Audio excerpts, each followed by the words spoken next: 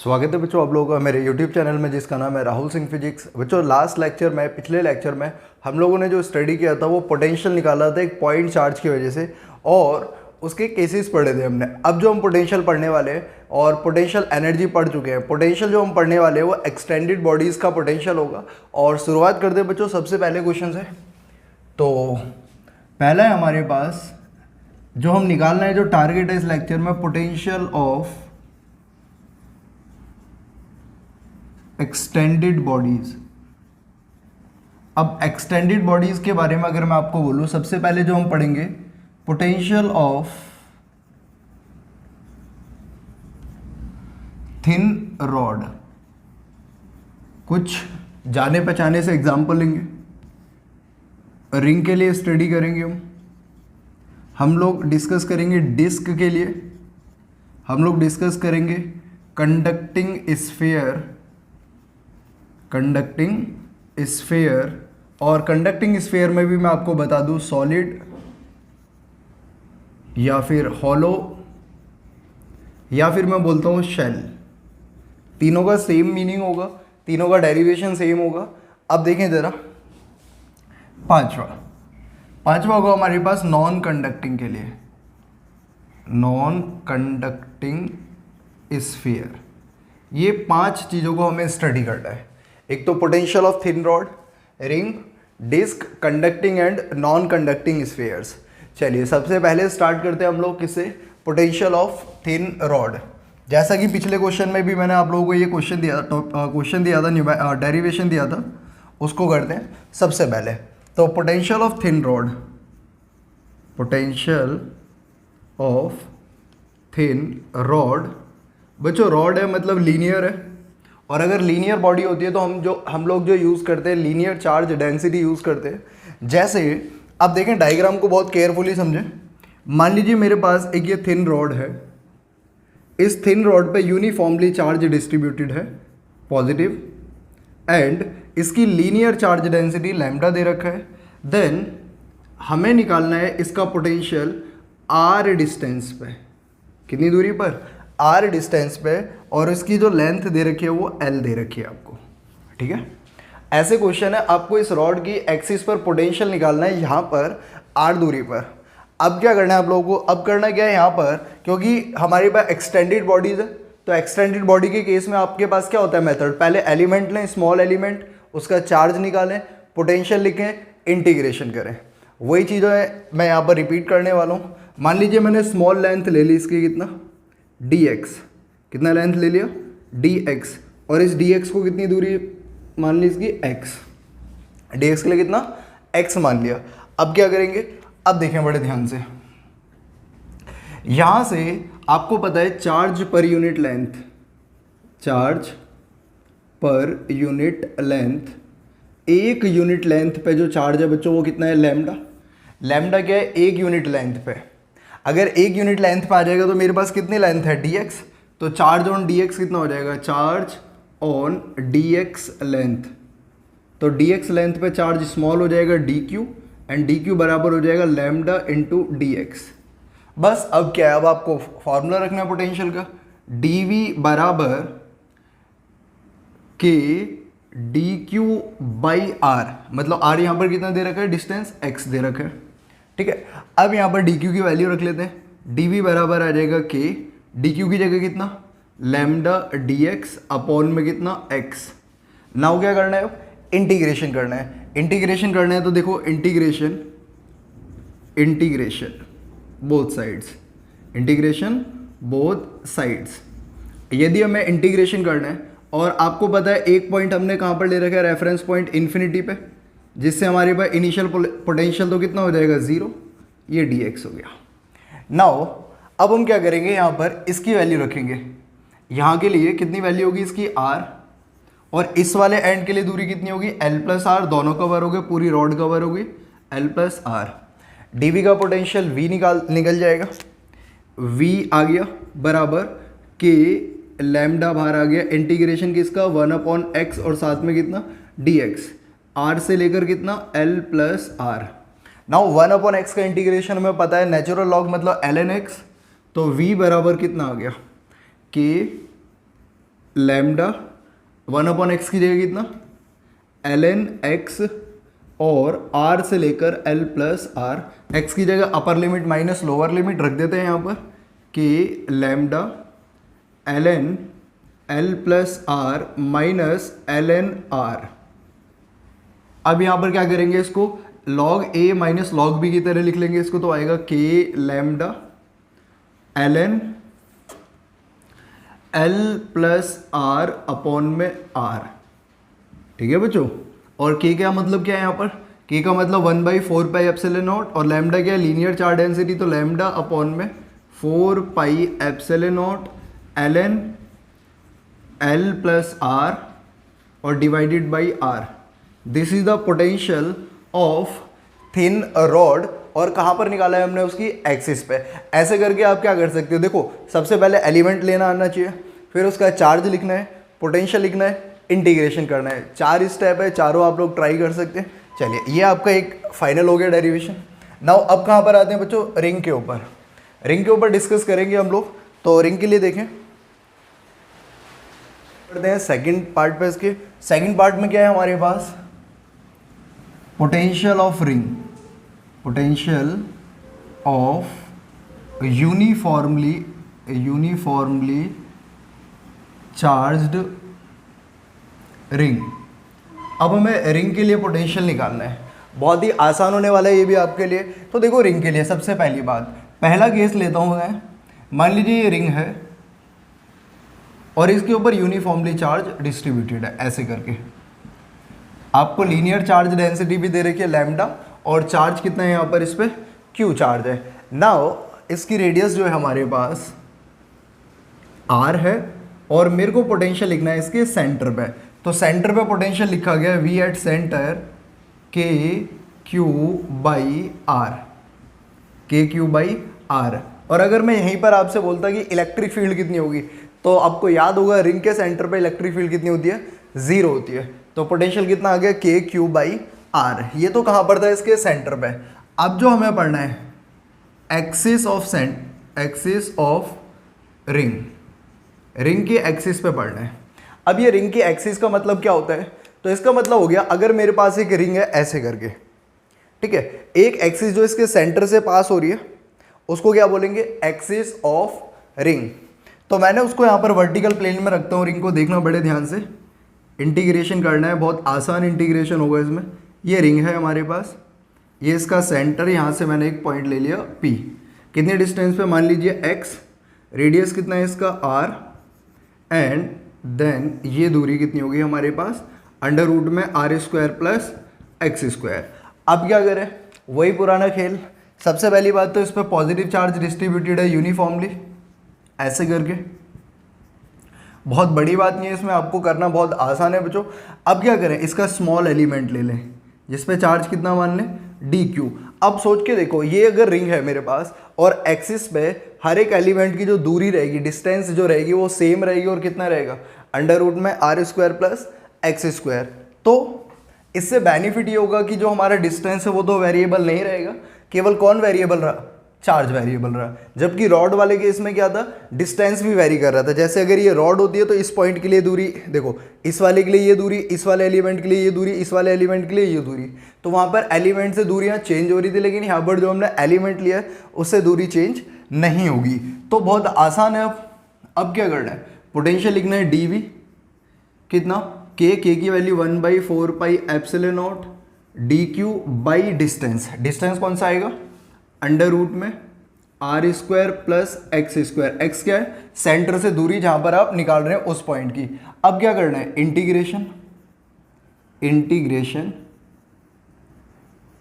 Integration करेंगे तो potential, reference point वही याद रखना है, इनिशियल वाला 0 ले रखा है, तो आएगा 1/4 पाई एप्सिलॉन नॉट dq का इंटीग्रेशन q अपॉन में अंडर रूट में r² प्लस x²। ठीक है, अब यहां से आप चेक कर सकते हैं। अगर हम बोलते हैं एट सेंटर,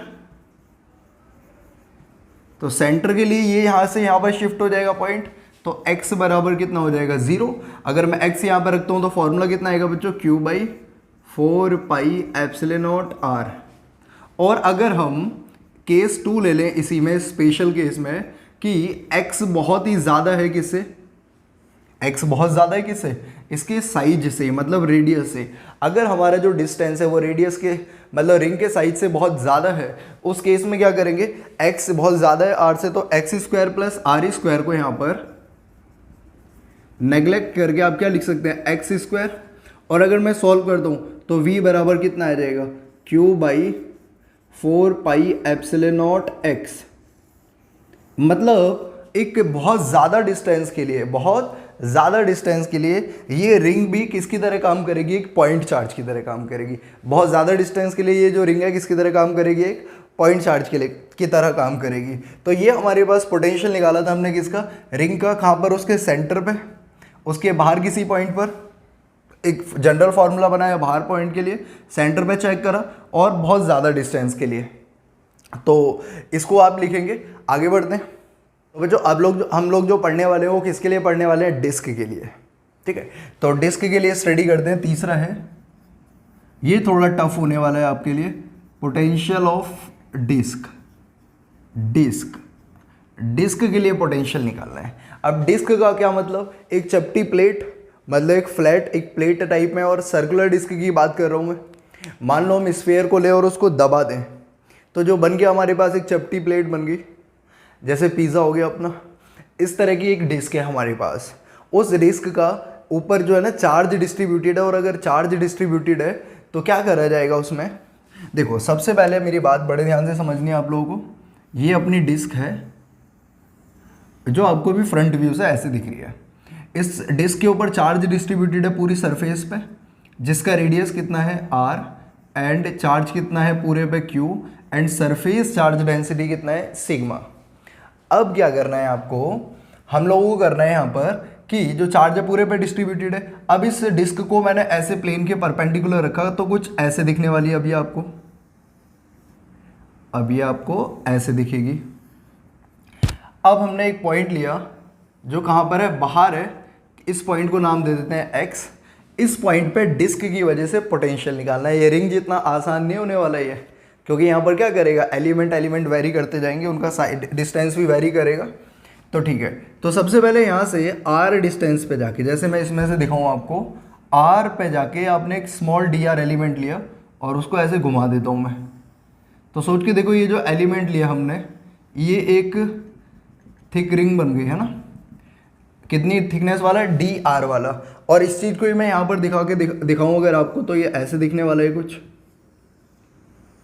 ठीक, ये दिखा मैं। अब इस डिस्क में से एक मैंने dr वाली एक रिंग निकाल दी, और वो रिंग आपको दिखने वाली है कुछ ऐसे। ये रिंग हमें ऐसे दिखेगी। नाउ अब इस रिंग का थिकनेस पता है आपको कितना है, ये dr है, और रेडियस कितना है इसका, r। तो अब क्या करना है, तो यहाँ पर सिग्मा यूज होना है, आपको पता है। ये x तो ये r, तो इस रिंग के लिए यहाँ पर कितना दूरी हो गई, ये अंडर रूट में एक्स स्क्वायर प्लस में स्मॉल r का स्क्वायर। रेडियस कितना था, कैपिटल R। अब ये तीनों डायग्राम को आपको बड़े ध्यान से देखना है, और डायग्राम से आपको क्लैरिटी आ जाएगी पक्का। तो देखें ज़रा, charge per unit area, charge per unit area is given कितना, सिग्मा।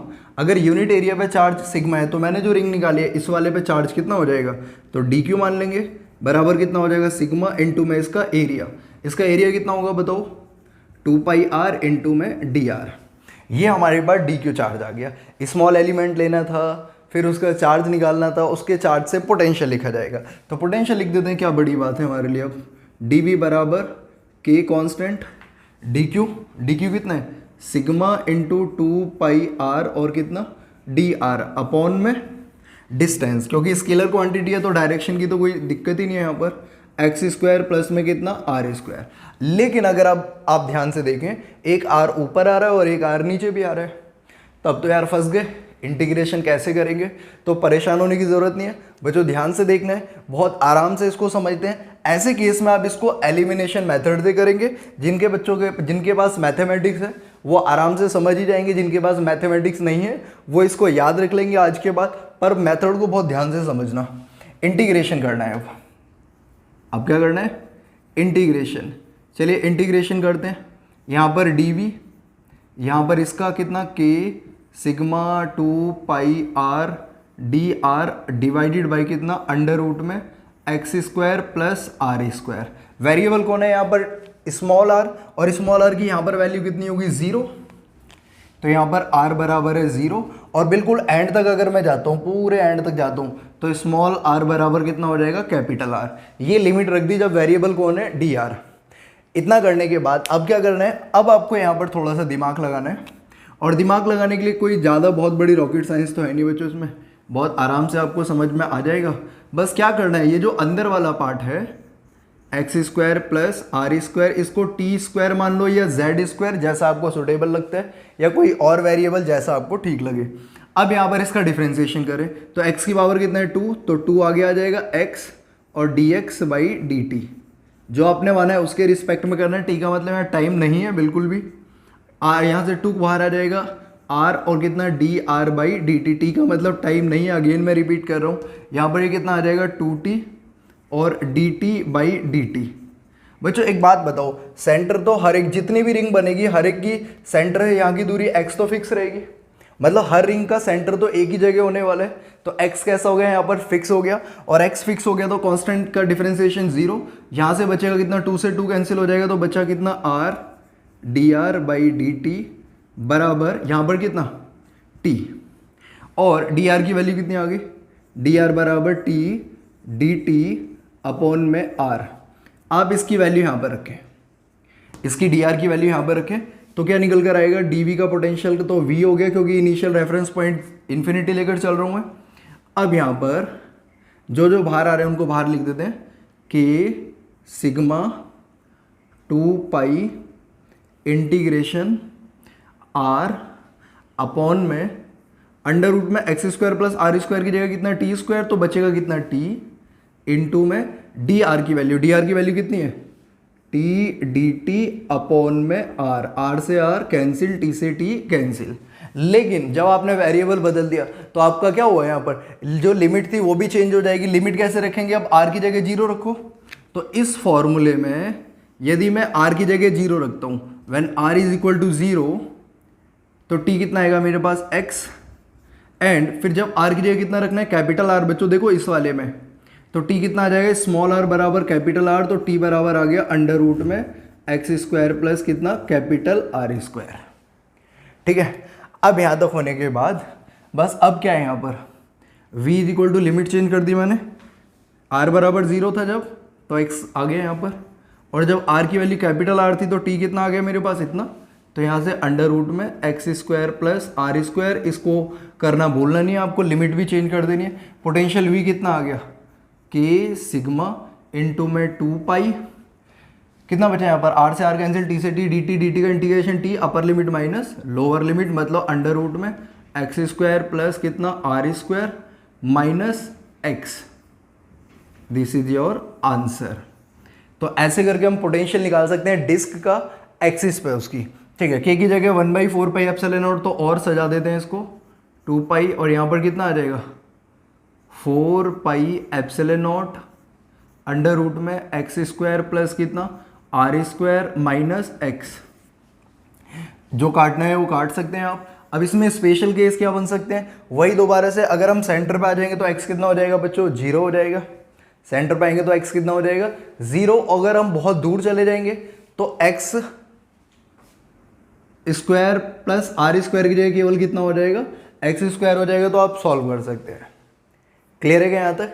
चलिए, तो हम लोग यहाँ पर डिस्क का पोटेंशियल निकाल चुके हैं। डिस्क के पोटेंशियल के लिए आपको करना है क्या? एक छोटी सी रिंग काटनी है, उसमें से उस रिंग का चार्ज लिखना है, इंटीग्रेशन करना है, आराम से हो जाएगा। उम्मीद करता हूँ यहाँ तक आपको समझ में आ चुका होगा। इसको देख लीजिए, लिखना है कॉपी में मेरे साथ साथ, पॉज करके स्क्रीन को आराम से लिखें पहले। बच्चों अब हम लोग जो स्टार्ट करने वाले हैं वो किसके लिए? कंडक्टिंग स्फीयर के लिए। तो देखें जरा, पोटेंशियल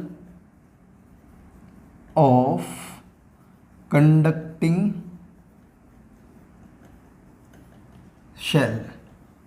कंडक्टिंग शेल बोलते हैं आपसे, तभी भी सेम डेरिवेशन है। अगर आपको बोलता है हॉलो कंडक्टिंग स्फीयर, तभी भी सेम डेरिवेशन है। अगर आपको बोलता है सॉलिड कंडक्टिंग स्फीयर, तभी भी सेम डेरिवेशन है। इस बात को मेरी याद रखना। चलिए करते हैं, बहुत आसान होने वाला है ये आपके लिए। कुछ अलग मेथड से भी ट्राई करते हैं इस बार। तो सबसे पहले देखते हैं आउटसाइड, कहाँ पर, आउटसाइड। अगर हम आउटसाइड पॉइंट के लिए बात करते हैं तो ये हमारा कंडक्टिंग शेल, शेल का मतलब एक थिन हॉलो स्फीयर, शेल का मतलब एक थिन हॉलो स्फीयर, जैसे फुटबॉल हो गई हमारे पास, लेकिन वो किसकी बनी हुई है यहाँ पर इस बार, मेटल की बनी हुई है। तो इस तरीके से तो चार्ज आपको याद होगा, कंडक्टिंग बॉडीज पे जो चार्ज होता है वो कहाँ डिस्ट्रीब्यूटेड होता है, उसके सरफेस पे। एंड इसका रेडियस कितना लिया मैंने, capital R, and this is your distance कितना, स्मॉल आर। यहाँ पर आपको पोटेंशियल निकालना है इसकी वजह से। तो डेरिवेशन बहुत आसान होने वाला है, बहुत आसानी से समझ में भी आ जाएगा। तो देखें ज़रा ध्यान से बच्चों, अगर आप यहाँ पर याद करें, हम लोगों ने पढ़ा है ई का फॉर्मूला कितना, के क्यू बाई आर स्क्वायर। पहले वाले लेक्चर्स में आपने, जब हमने इलेक्ट्रिक फील्ड निकाली थी गॉस थ्योरम से, तब आपने पढ़ा है कि ई का फॉर्मूला के क्यू बाई कितना, आर स्क्वायर। नाउ अब क्या करा मैंने, एक फॉर्मूला यूज करते हैं, E is equal to minus d v by d r, E is equal to minus d v by d r. ये रिलेशन पुराने लेक्चर्स में मैंने करा रखा है, लेकिन अगर मैं इस नए लेक्चर्स के लिए बात करूं तो इसमें भी मैं आपको कराऊंगा एक बार इसके आगे चल के। चलिए डी वी के बराबर, डी वी कितना हो गया हमारे पास, minus E D R.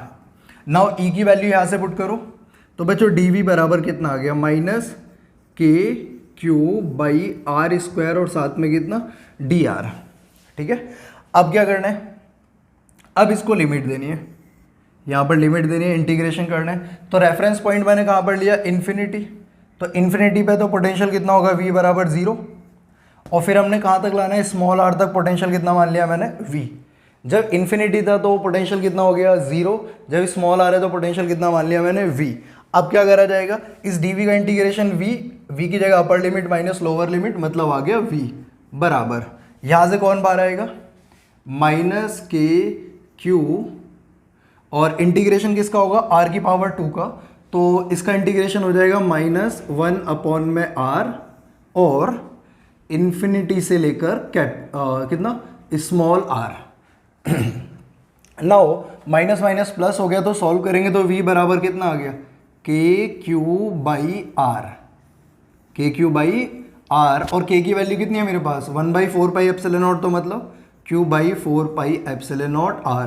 This is the formula for potential of conducting sphere at outside point के लिए। आपको समझ में आया होगा ये डेरिवेशन, इंटीग्रेशन है यार, प्योरली आराम से समझ में आ सकता है, क्योंकि 11th जो बच्चे 12th में अभी आए हैं उन्होंने 11th में किया हुआ है, और जो बच्चे 12th पास आउट हैं तो उनके लिए तो बहुत ही आसान है। ठीक है, अब देखते हैं ऑन द सरफेस, कहाँ पर, ऑन द सरफेस। तो सरफेस के लिए तो स्मॉल r बराबर कैपिटल R हो जाएगा, इंटीग्रेशन। अब आपको याद होगा इलेक्ट्रिक फील्ड का फॉर्मूला होता था के क्यू बाई कैपिटल R का स्क्वायर। ई का फॉर्मूला क्या होता था, के क्यू बाई आर स्क्वायर। मैं यहाँ पर एक बार इसको बना भी देता हूँ बच्चों। तो ये चार्ज इसके सरफेस पे डिस्ट्रीब्यूटेड है, और रेडियस कितना है, r। Now point P surface पर है। अब क्या करें, इलेक्ट्रिक फील्ड पता चल गया तो दोबारा वही करना है आपको, dv बराबर कितना, माइनस ई डी आर, और e की वैल्यू रख देनी है मैंने।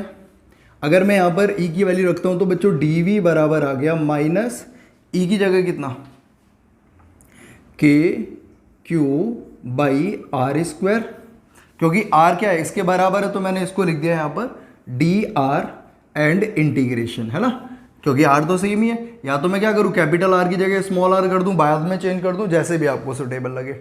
ठीक है, अब क्या करना है, यहाँ पर इन्फिनिटी पे था तो पोटेंशियल कितना था, 0। अब हमें कहाँ पर निकालना है, r पे, तो यहाँ पर पोटेंशियल कितना हो गया, v। ठीक है, अब यहाँ पर क्या करना है, dv का इंटीग्रेशन v, ये बाहर आ जाएगा माइनस के क्यू, 1 अपॉन r के लिए माइनस 1 अपॉन r, इंटीग्रेशन हो जाएगा इन्फिनिटी से लेकर r तक, और सॉल्व करेंगे तो पोटेंशियल का फॉर्मूला आ गया के क्यू बाई आर। यहाँ पर k भी कांस्टेंट है बच्चों, q भी कांस्टेंट है, और r भी कांस्टेंट है। अगर ये तीनों कांस्टेंट है, इसका मतलब पोटेंशियल सरफेस पे कैसा हुआ, कांस्टेंट हुआ। चलिए तीसरी बात करते हैं, कहाँ पर आ जाते हैं, इनसाइड। Inside, inside. अब अगर इनसाइड के लिए बात करें तो electric field inside the conductor is 0।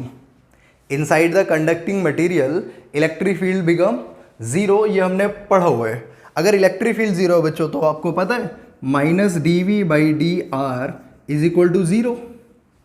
और अगर ई जीरो हो गया तो पोटेंशियल का डिफरेंशिएशन जीरो कब होगा, जब वो कांस्टेंट होगा। तो वी कांस्टेंट हो गया, वी कैसा हो गया, कांस्टेंट। और ये कांस्टेंट कितना होगा पता है आपको, वी बराबर होगा जितना सरफेस पर है और के क्यू बाई आर के बराबर होगा। तो electric field inside a conducting material is always zero and potential remain constant as on the surface. मतलब कंडक्टिंग बॉडी के लिए, स्फेयर के लिए या कंडक्टिंग कैसी भी बॉडी है, पोटेंशियल इनसाइड या ऑन द सरफेस वाला सेम रहता है हर पॉइंट पे। ठीक है, नाउ ये सारी चीज़ें हमें समझ में आ गई। अब इसका ग्राफ प्लॉट कर लेते हैं बच्चों। ग्राफ कैसे बनाया जाए इसका, तो ग्राफ हम लोग यहीं पर बना देते हैं। बड़े ध्यान से देखना ग्राफ को, ये यहां पर v है, ठीक है।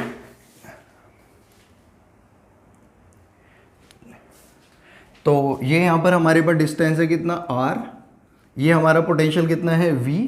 अब देखें जरा सरफेस पे ये सेंटर है, यहाँ पर r बराबर कितना है 0।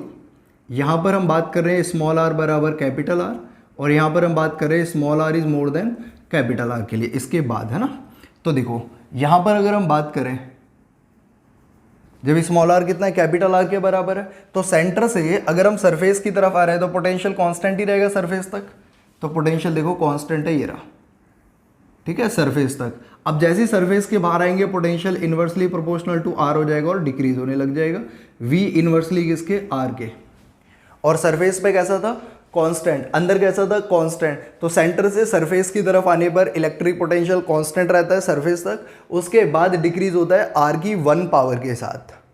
यहाँ तक उम्मीद करता हूँ आपको पोटेंशियल निकालने में कोई दिक्कत नहीं आ रही होगी। लेक्चर थोड़ा लेंथी होता जा रहा है, पर पेशेंस रखना है आपको, समझने की कोशिश करनी है, कॉपी में लिखना है, क्योंकि हमारा मोटिव है यार सीखना फिजिक्स को, कैसे ना कैसे करके जितना भी मेहनत करी जाए सीखना है फिजिक्स को, सिलेक्शन लाना है यार। तो यहाँ तक तो हो गया होगा आप लोगों का, आपने यहाँ तक कंडक्टिंग शेल के लिए पोटेंशियल सीख लिया होगा। उम्मीद करता हूँ आप लोगों को समझ में भी आ रहा होगा। अब हम जो पढ़ने वाले हैं एक नॉन कंडक्टिंग स्फीयर के लिए पढ़ने वाले हैं, और अभी तक हमने जितने भी करे हैं ना यार रियलिटी में, उससे थोड़ा टफ होने वाला है, लेकिन आपको समझना है और कोशिश करेंगे हम लोग मिलके कि समझ जाएं इसको। तो अगला है हमारा शायद 5th नंबर होगा, potential of non conducting sphere. तो नॉन कंडक्टिंग स्फीयर, और ये कैसा होने वाला है तो मैं आपको अभी क्लियर कर दूं, सॉलिड स्फीयर होगा ये।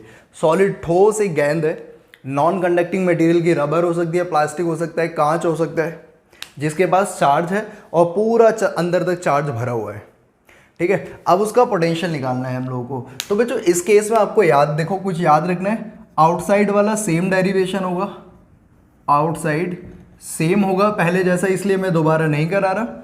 तो पोटेंशियल कितना आया था outside, k q by small r. On the surface भी सेम आने वाला है, ऑन द सरफेस सेम आने वाला है कितना, के क्यू बाई कैपिटल आर। लेकिन क्या अंदर वाला भी सेम आने वाला है, बिल्कुल नहीं। तो इनसाइड वाले के लिए हमें सारी कहानी करनी है, इनसाइड द स्फीयर, स्फीयर के अंदर। तो आउटसाइड वाला ऑन द सरफेस वाला सेम है दोनों में, कंडक्टिंग में और नॉन कंडक्टिंग में, लेकिन इनसाइड वाला इसमें अलग होने वाला है। डेरिवेशन भी समझना है, बहुत आसान है वैसे तो, ठीक है। अब कैसे करा जाए भाई, देखो इनसाइड द स्फीयर पुराने वाला मेथड ही यूज़ कर दें, सिंपल से समझ में भी आ जाएगा आपको, कोई दिक्कत भी नहीं होगी। इसका रेडियस कितना है r, चार्ज पूरे में बिखरा हुआ है अंदर यूनिफॉर्मली, जिसकी यूनिफॉर्म चार्ज डेंसिटी रो दे रखी है।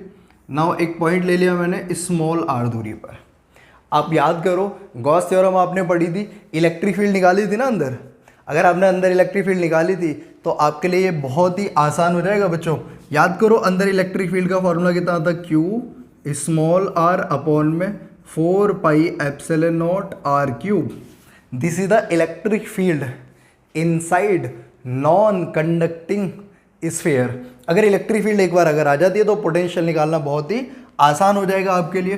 तो कैसे निकालेंगे, चलो यहाँ पर करते हैं मिलके। डी वी बराबर कितना, minus E D r. D v as it is लिखता हूँ, माइनस ई की जगह कितना, ये रहा, क्यू स्मॉल आर अपॉन में 4 pi epsilon not are cube और साथ में कितना डी आर। इतना लिखने के बाद अब क्या करना है हमें, इंटीग्रेशन। लेकिन सावधान रहना है, यहाँ पर इंटीग्रेशन कैसे करेंगे वो मैं सिखाता हूँ। बच्चों आप याद करो, हम रेफरेंस पॉइंट इन्फिनिटी क्यों लेते थे, उसका रीज़न ये था क्योंकि हमें पता था कि इन्फिनिटी पे पोटेंशियल तो ज़ीरो हो जाना चाहिए, इसलिए हम हमेशा रेफरेंस पॉइंट इन्फिनिटी ले लेते थे। लेकिन यहाँ पर केस थोड़ा अलग है। क्यों अलग है, तो उसके लिए आपको पता है कि सरफेस पे आपको पोटेंशियल निकाल चुके हैं ऑलरेडी, और अगर सरफेस पे पोटेंशियल निकाल चुके हैं तो रेफरेंस पॉइंट सरफेस भी लिया जा सकता है। तो अब मैंने यहाँ पर क्या करा, ये डी वी यहाँ पर minus Q by 4 pi epsilon not are cube बाहर ले लिया, आर और ये कितना डी आर। अब आर की वैल्यू अगर कैपिटल आर के बराबर है, मतलब अगर हम यहाँ पर बात करते हैं सरफेस पे, तो सरफेस पे बात करते हैं तो पोटेंशियल कौन सा वाला हो जाएगा, सरफेस वाला जो कि ये है। और हमें निकालना कहाँ पर है, आर पे, तो आर भी रख लेते हैं और यहाँ पर पोटेंशियल कितना मान लेते हैं, वी। फिर रिपीट करता हूँ, रेफरेंस पॉइंट यहाँ पर मैंने इन्फिनिटी नहीं लिया, एक पॉइंट मैंने कौन सा ले लिया, सरफेस वाला, क्योंकि सरफेस का पोटेंशियल मेरे को ऑलरेडी पता है। चलिए डीवी का integration V upper limit minus lower limit V minus V S बराबर minus Q by 4 pi epsilon not are cube, integration R की पावर 1 तो 2/2 हो जाएगा, तो सॉल्व करने पर कितना आएगा, r square by 2 minus capital r square by 2।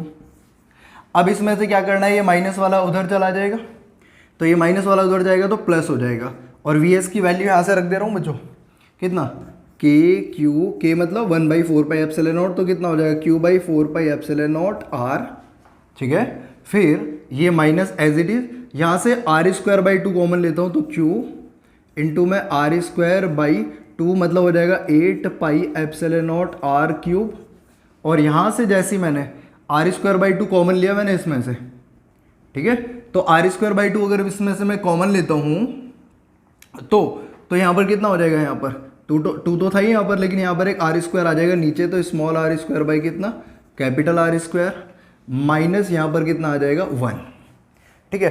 अब क्या करना है, अब आपको बस इतना करना है, यहाँ से Q by 4 pi epsilon not R common लेना है, Q by 4 pi epsilon not R common लो पूरे में से, यहाँ कितना रह गया 1, ठीक है।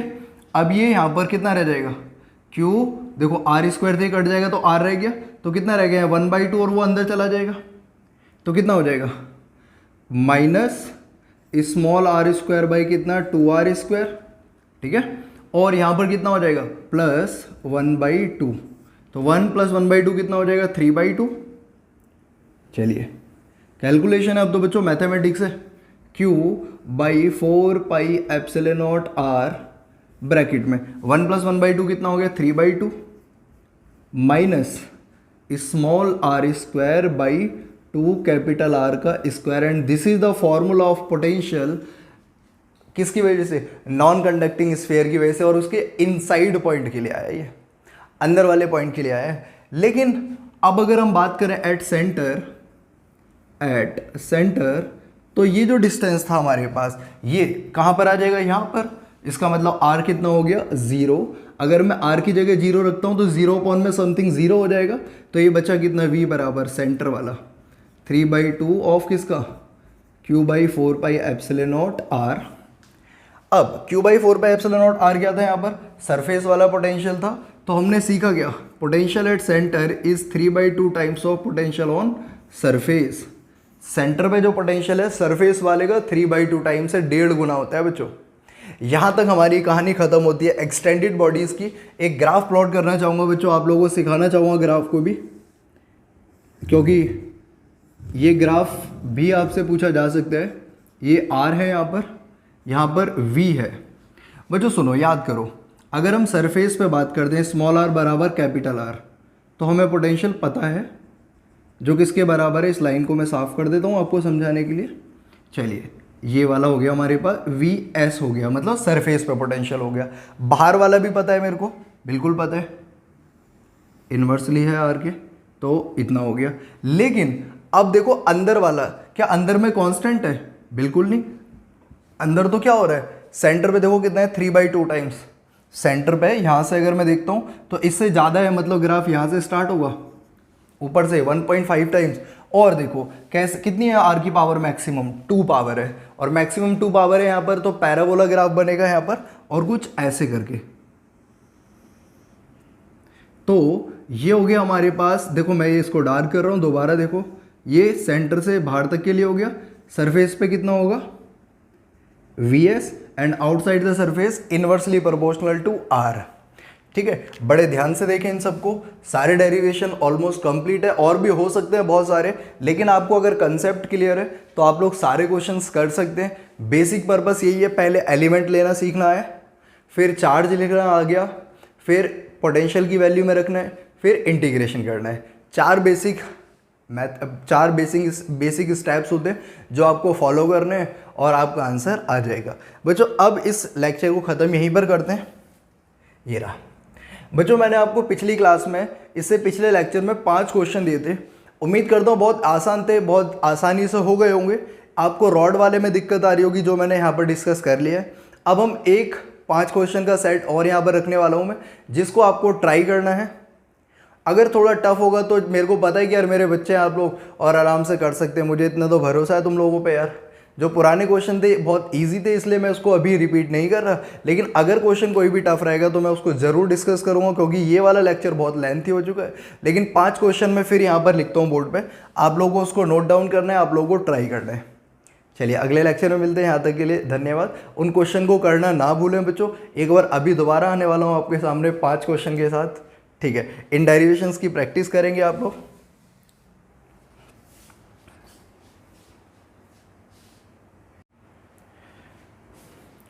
तो बच्चों आप लोगों के सामने यहाँ पर 5 क्वेश्चंस लिखे हुए मैंने, जो आपके लिए मैं कह सकता हूँ एक चैलेंज है, जो आपको सेल्फ से करना है। आपको क्वेश्चंस ये दे रखे हैं, उनके आंसर हिंट के तौर पे आपको दे रखा है, आंसर इसका आंसर, इसका आंसर।